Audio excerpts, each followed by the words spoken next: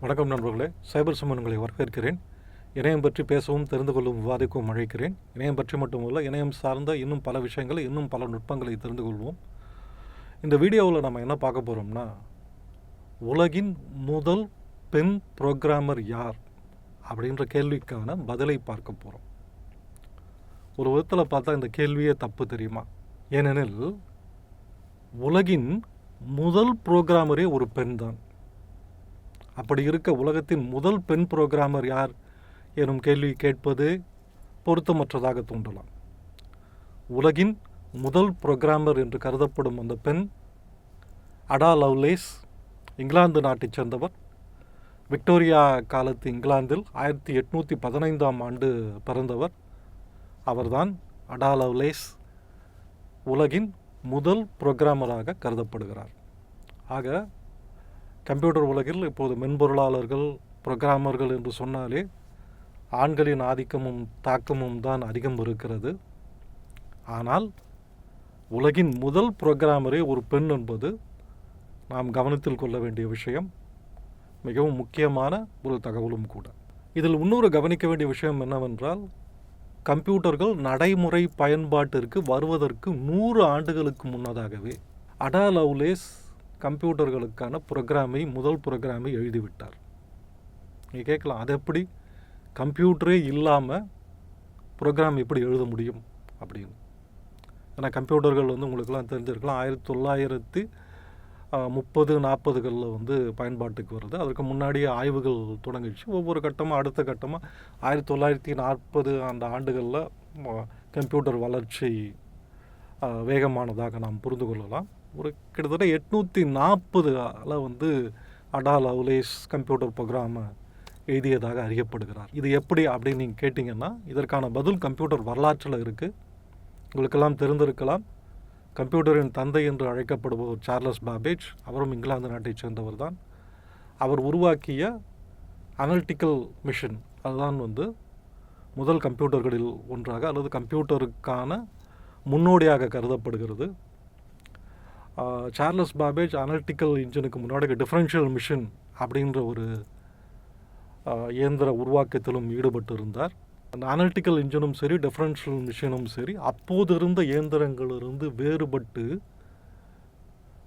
கணிதம் உள்ளிட்டவற்றை, கணக்கு உள்ளிட்டவற்றை மேற்கொள்ளக்கூடிய ஒரு நவீன இயந்திரமாக முன்வைக்கப்பட்டது. பல சிக்கலான செயல்பாடுகளை இந்த இயந்திரம் செய்யக்கூடியதாக, திறன் கொண்டதாக சார்லஸ் பாபேஜால் உருவாக்கப்பட்டது. எனவே தான் நவீன கம்ப்யூட்டர்களுக்கு இவை கருத்தாக்க அடிப்படை என்று கருதுகின்றனர். சார்லஸ் பாபேஜ் அந்த 2 இயந்திரத்தையுமே முழுமையாக உருவாக்கவில்லை. ஆனாலும் கூட அவற்றின் தாக்கம் நவீன கம்ப்யூட்டிங் உலகில் இருக்கிறது. ஏனெனில் இத்தகைய ஒரு இயந்திரத்தை உருவாக்க முடியும், உருவாக்கினால் பல்வேறு பணிகளை கணிதம் கொண்டு, தர்க்கம் கொண்டு செய்ய முடியும் என்பதனை உணர்த்தியவர்களில் குறிப்பிடத்தக்கவராக சார்லஸ் பாபேஜ் கருதப்படுகிறார். அதன் காரணமாக அவர் ஃபாதர் ஆஃப் கம்ப்யூட்டிங் என்று அழைக்கப்படுகிறார். கம்ப்யூட்டிங்கின் தந்தை என்று போற்றப்படுகிறார். சார்லஸ் பாபேஜுடன் இணைந்து செயல்பட்ட ஒருவராக அடா லவ்லேஸ் அறியப்படுகிறார். அடா லவ்லேஸ் இங்கிலாந்தின் புகழ்பெற்ற கவிஞர்களில் ஒருவரான, ஆங்கில கவிஞர்கள் ஒருவரான பைரனின் மகள்.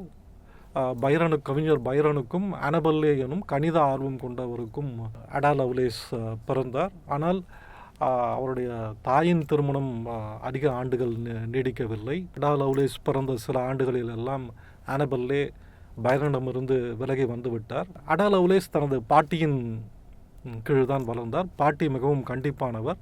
அதே நேரத்தில் அறிவியல், கணிதம் என்று பல்வேறு விஷயங்களை கற்பிப்பதிலும் ஆர்வம் கொண்டவர். அடாவும் ஒரு சூட்டிகையான ஒரு மாணவியாகத்தான் இருந்திருக்கிறார். அவர் பிற்பாடு லண்டனுக்கு குடிபெயர்கிறார். லண்டனில் இருந்தபோது தான் அவருக்கு 17 வயது இருந்தபோது சார்லஸ் பாபேஜுக்கு அறிமுகமாகிறார்.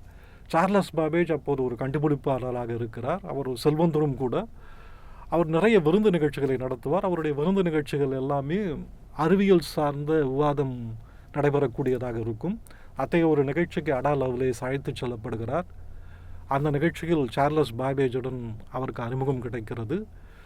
அடா லவ்லேஸின் புத்திசாலித்தனமையும் புத்தி கூர்மையும் பாபேஜை ஈர்க்கிறது. இருவரும் தொடர்ந்து ஒன்றாக செயல்படுகின்றனர். பாபேஜின் ஆய்வு அடா லவ்லேஸை ஈர்க்கிறது. அது பற்றி மேலும் தெரிந்து கொள்ள வேண்டும் என்று விரும்புகிறார். எனவே இருவரும் தொடர்ந்து இணைந்து செயல்பட்டு கொண்டு இருக்கின்றனர்.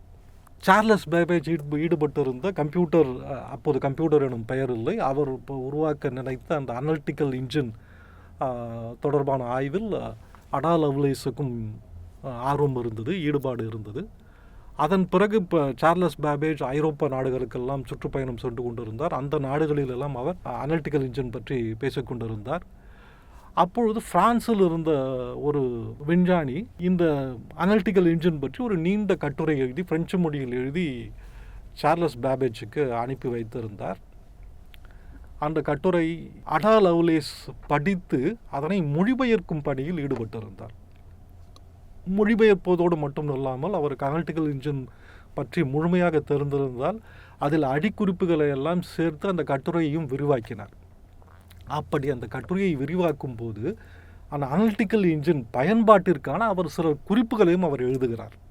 அதில் தான் இசைக்காக இந்த இயந்திரத்தை பயன்படுத்தலாம் என்று அவர் குறிப்பிட்டிருக்கிறார். அது மட்டுமல்ல, பெர்னெல்லே நம்பர்ஸ் என்று சொல்லக்கூடிய ஒரு கணிதவியல் சமன்பாட்டை தீர்க்கவும் இந்த இயந்திரத்தை பயன்படுத்தலாம் என்று அவர் குறிப்பிட்டிருக்கிறார்.